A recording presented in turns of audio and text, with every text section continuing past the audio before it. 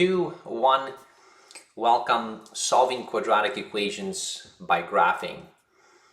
When you are solving actually any equation, if you have the ability to be able to graph certain things, then it certainly will help you at least to get a perspective of what the solutions are.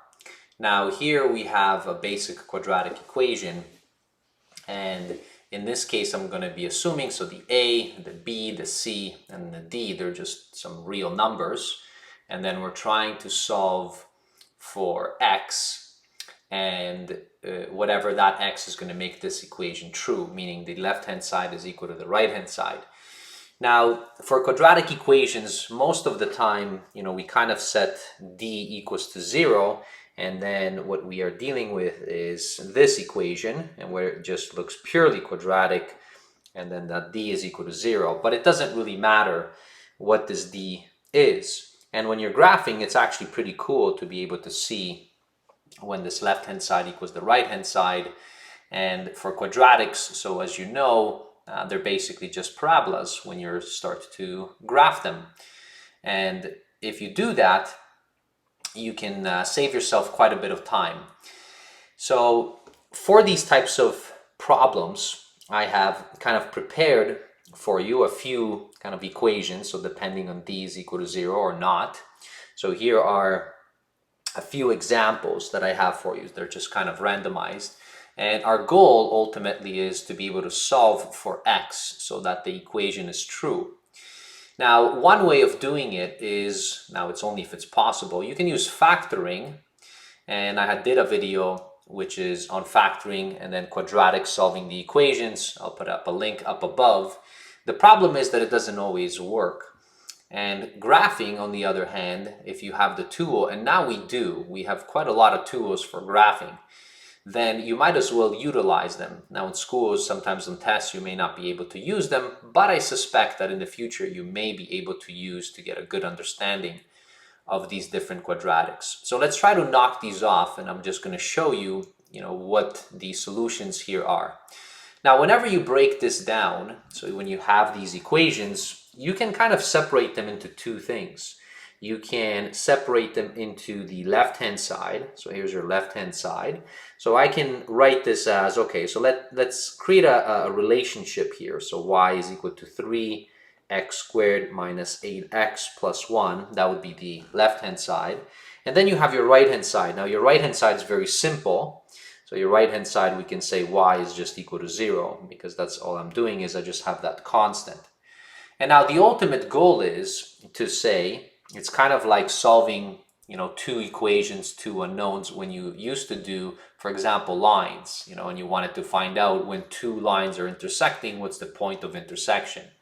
So here what you have is you have a quadratic on the left-hand side, which is going to be some kind of a parabola. And then on the right-hand side, you actually have a line, and the line is just y is equal to 0. So in this case, it's just a flat line going, straight through 0, or any other kind of line. So for instance, the second one, okay, so here it's going to be y is equal to negative 15. So it's going to be on the bottom there. Here is y is equal to 9.2, and then here is y is equal to negative 5. So let's see that happen. So I'm going to just graph this and then show you, and then we'll break it down so that you can quickly be able to tell how to solve these equations. I'm going to go and use Desmos, which is one of the favorite tools. So I'm going to have y is equal to, so it was 3x squared. And of course I forget. So minus 8x plus 1 minus 8x plus 1. So that is the actual parabola. And the right-hand side was just 0. So we're going to graph that is equal to 0. And of course, in this case, it just means that it's the crossings in between the two. And so that happens, and we can actually plot these 2 points right there. So notice that the parabola is basically intersecting the 0 at these 2 points. And the x values, so 0.131 and 2.535, now we can keep zooming in here. And, so if we zoom in here, we might get more, and we might get a better and better kind of a glance there. But let's assume that it's going to round those numbers for us. And so those are my x values, right, that I have in here. And if I take these, so I can now substitute for x either 0.131 or 2.535, and those would be the answers, meaning that would make the left-hand side and the right-hand side equal. Let's take one of them, for instance, and then substitute it so that I can show you that indeed, that's the solution of that equation. And it will have two solutions in this case because the two lines, y is equal to 0, and then the parabola itself, are intersecting at 2 points, because they're not just straight lines. Straight lines would intersect kind of at 1 point or maybe not intersect at all, but here they're intersecting at 2 points. So I'll take the 0.131, for instance, and I'm going to substitute it back in here. So 0, okay, so I'm going to take that equation 1 and substitute, so 0.131, so that was squared, minus 8, 0.131. Again, it's probably rounded, but that's okay. And this is supposed to be equal to 0. That's for one of the answers, right? One of the solutions. Because it's quadratic, it's going to have 2 in here. So if I plug all of this in here, so 3 times and 0.131, this is this is squared, and then I have minus, and that's going to be 8 times 0.131, and then finally plus 1 equals. Okay, so notice that my answer here is 0.003483. Now you might say, well, that's not exactly 0. Well, the reason for that is because Desmos just basically rounded this to 3 decimal places, right? Now, if you take more decimal places, it's going to get closer and closer to 0.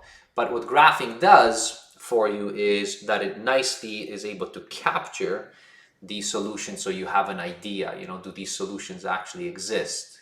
Do I have a 0 or a root of this equation?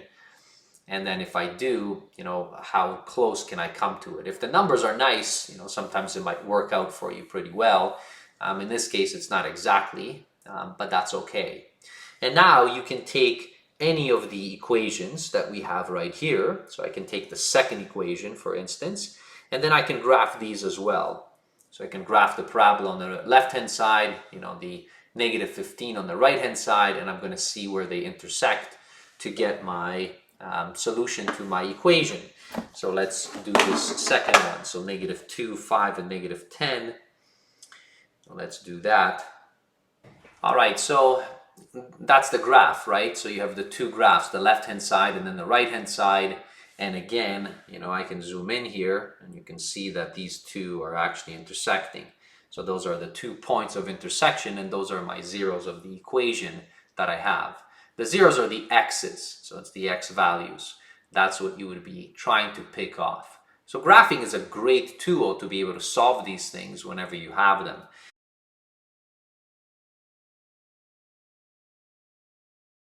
You typically just have integers as your coefficients, but you can have decimals and you can have fractions. And as you know, decimals and fractions, trying to factor those things out is a little bit annoying. Not a little bit, actually quite a lot. So therefore, graphing is a pretty cool tool that you can use to be able to see what the answers are. So let me graph this one, which is number 3, and then we're going to see what it gives us. There you have it.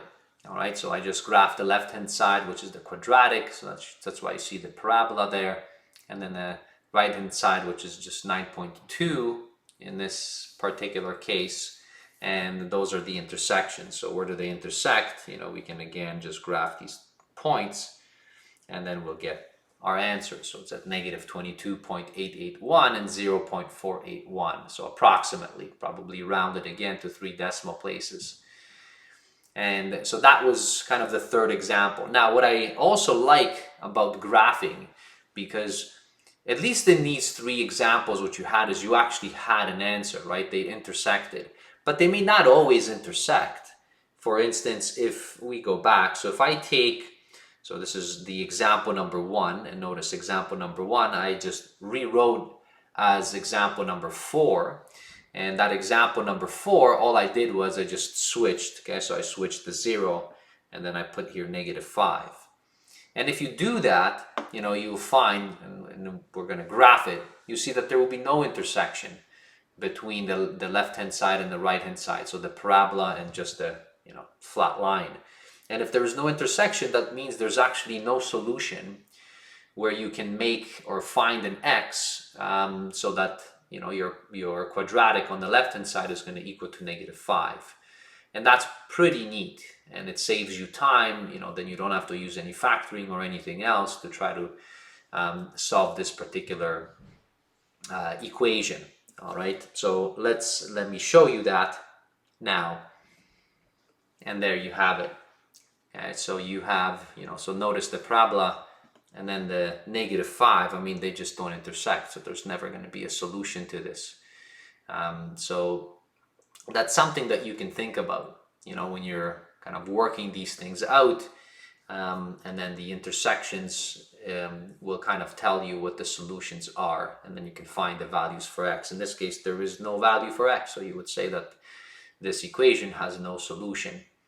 And that's graphing for you. And I think that it's a great tool, that Desmos provides these things. I mean, Desmos is not the only one, but it's definitely one of the easier ones to use, and it's so easy to access, right, on the internet.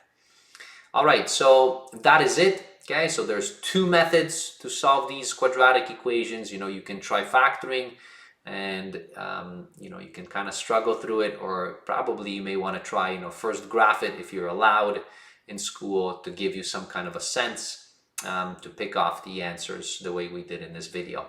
All right, thanks for watching. See you in a future video. Bye everybody.